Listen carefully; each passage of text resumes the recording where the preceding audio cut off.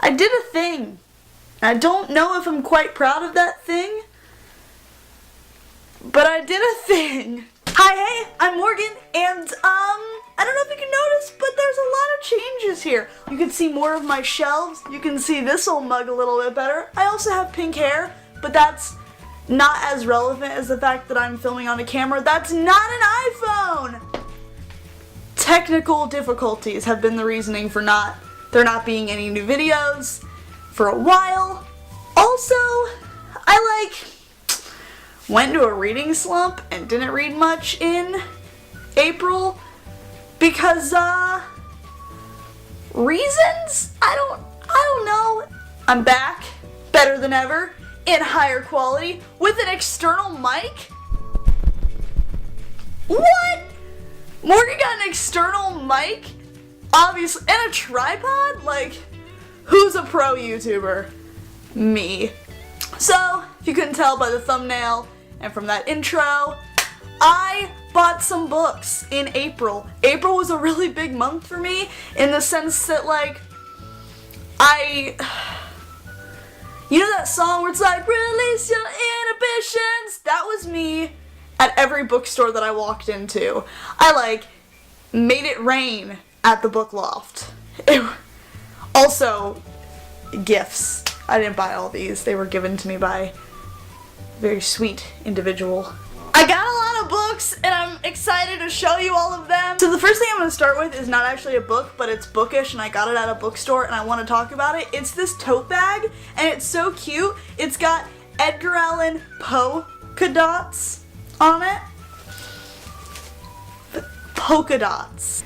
You know, I won't say that I'm a lot of things, but I will say that I'm a pun queen. Sorry about it.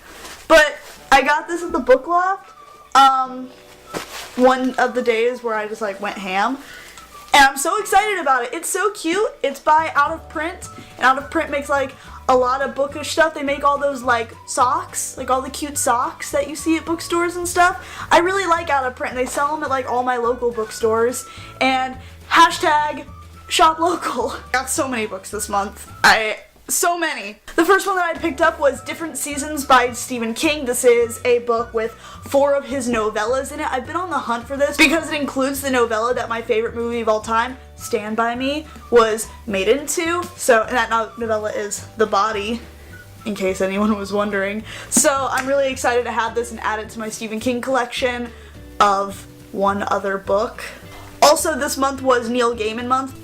I got a friend of mine into reading fiction. There's someone that reads a lot of non-fiction, and they don't really stray into the fiction realm, and then they found my booktube channel and was like, oh my gosh, I want to read more fiction, and they discovered Neil Gaiman. I have not read Neil Gaiman. What's that? Morgan hasn't read a book that's popularly loved and beloved all over booktube and the world. In other news, water is wet. So he started reading Neil Gaiman books and then recommended them to me, and I was like, yeah, I'll get to them eventually, money is a thing, and I can't really buy books right now. So he bought me some Neil Gaiman books this month, and that's so nice. Thank you, Ben. What a guy. One of those being The Ocean at the End of the Lane by Neil Gaiman. I am something of a blind reader in the sense that I don't like to really read the synopsis of a lot of books before I go in. This is about an old man and his childhood home. Apparently. Everyone on BookTube talks about this book. Everyone on BookTube talks about Neil Gaiman, and I'm over here in the corner Harry Potter's pretty neat still, guys. I'm ready.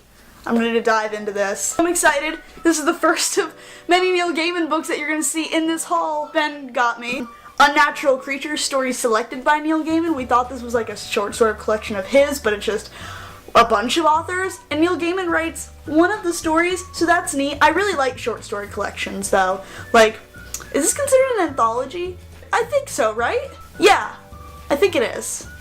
I'm excited about this anthology. This is one that I actually bought, and that's Coraline by Neil Gaiman. This is the 10th anniversary edition.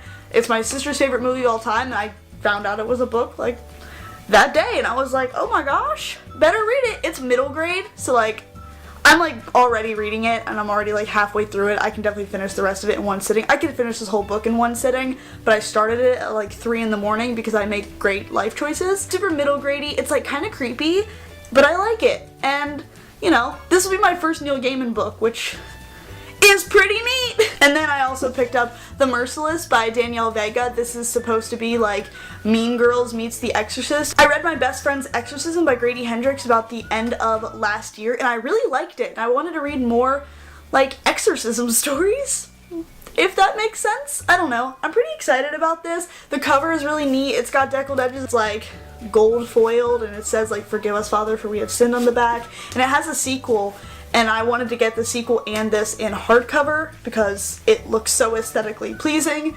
So yeah, I'm excited about this. I just love that it's hot pink and like it's got a pentagram on it. Like, I'm all about that aesthetic. Because If You Met Me, picked up this. It was $4.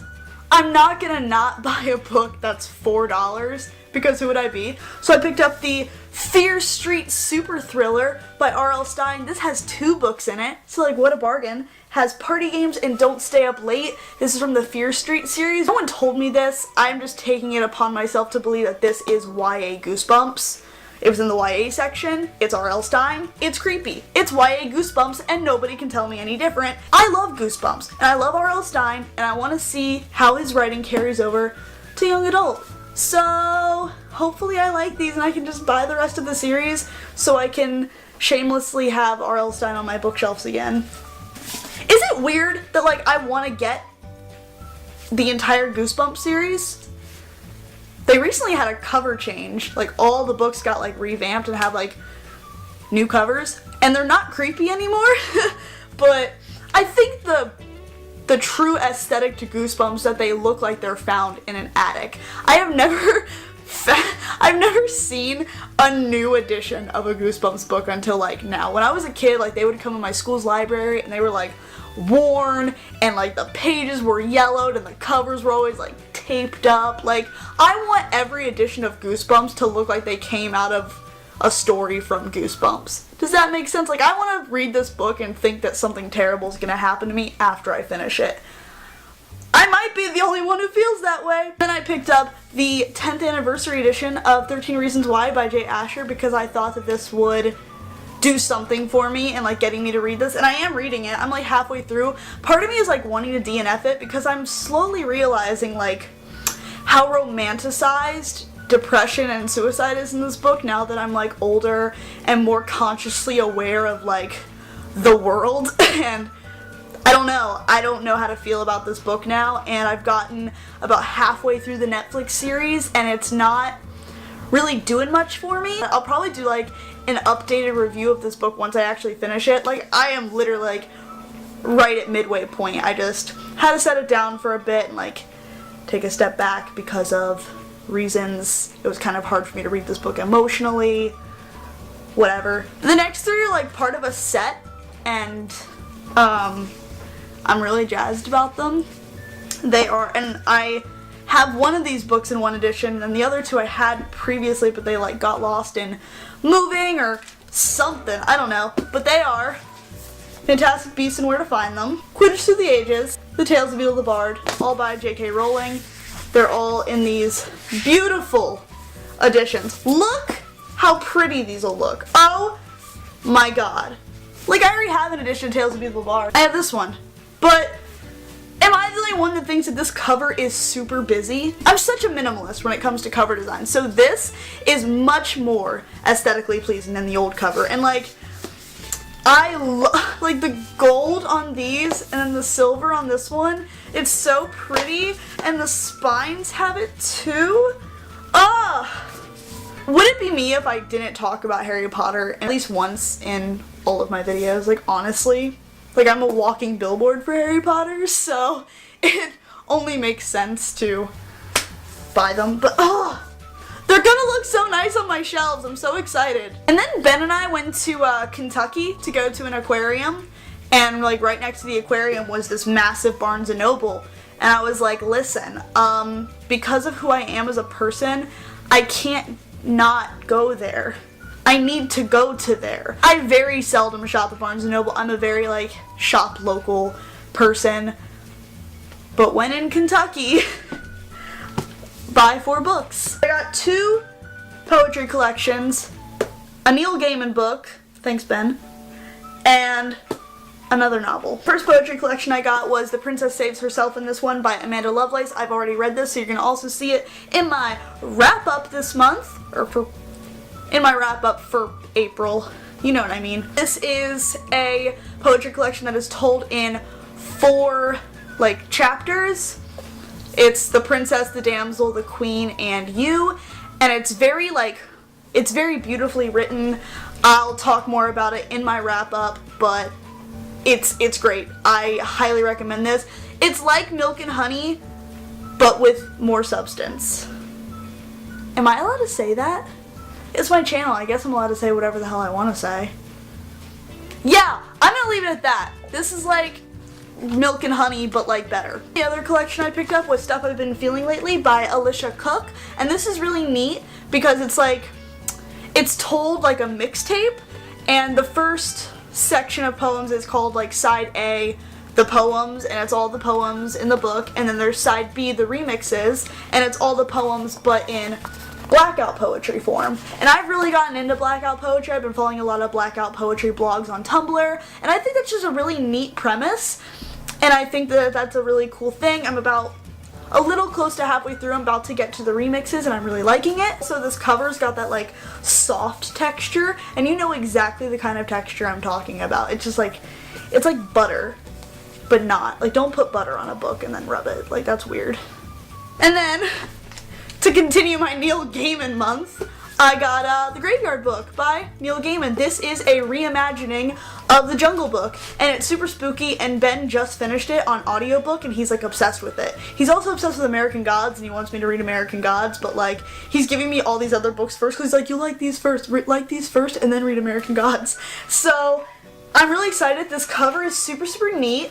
And yeah, I love reimaginings, I love retellings, so I think that this will be rad. All I know is that it's a reimagining of Jungle Book, but it's like dark and spooky.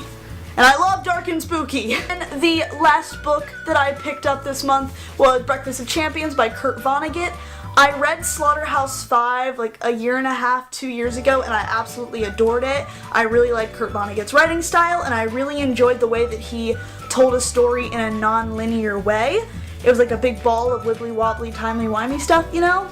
And this actually features a character from Slaughterhouse-5 as the main character, Kilgore Trout, the science fiction author that Billy Pilgrim becomes familiar with in Slaughterhouse-5, is the main character of this story, and it's basically him finding this car dealer in the Midwest who believes that his science fiction stories are true, and a bunch of zany shenanigans occur, and I'm really excited to read this. I love this cover. I love the minimalistic, simplistic, yet bold covers that are with the Vonnegut books right now. Like, why is there a t-shirt on the cover? Who knows? Will we find out? Is it like pertinent to the story? I'll keep you posted. I'm super excited to read more Vonnegut. I really enjoy like his satirical social commentary that he makes throughout his stories. And yeah, I think that this will be a hit. So you guys, there you have it. That was my April book haul. A huge book haul compared to how I usually go about obtaining books and how many books I usually acquire in a month. If you like this video, be sure to give it a thumbs up and let me know in the comments what kind of books you bought or acquired in the month of April. Did a cool boy buy you books that he wants you to read? Because like I did, and that's pretty neat. If you'd like to see more of my content, you can always subscribe. I post videos every so often, and now that I'm like big budget lady over here, I will have more desire to film videos. But like I said, my name is Morgan. I hope you all have a wonderful rest of your day and happy reading. Okay, bye!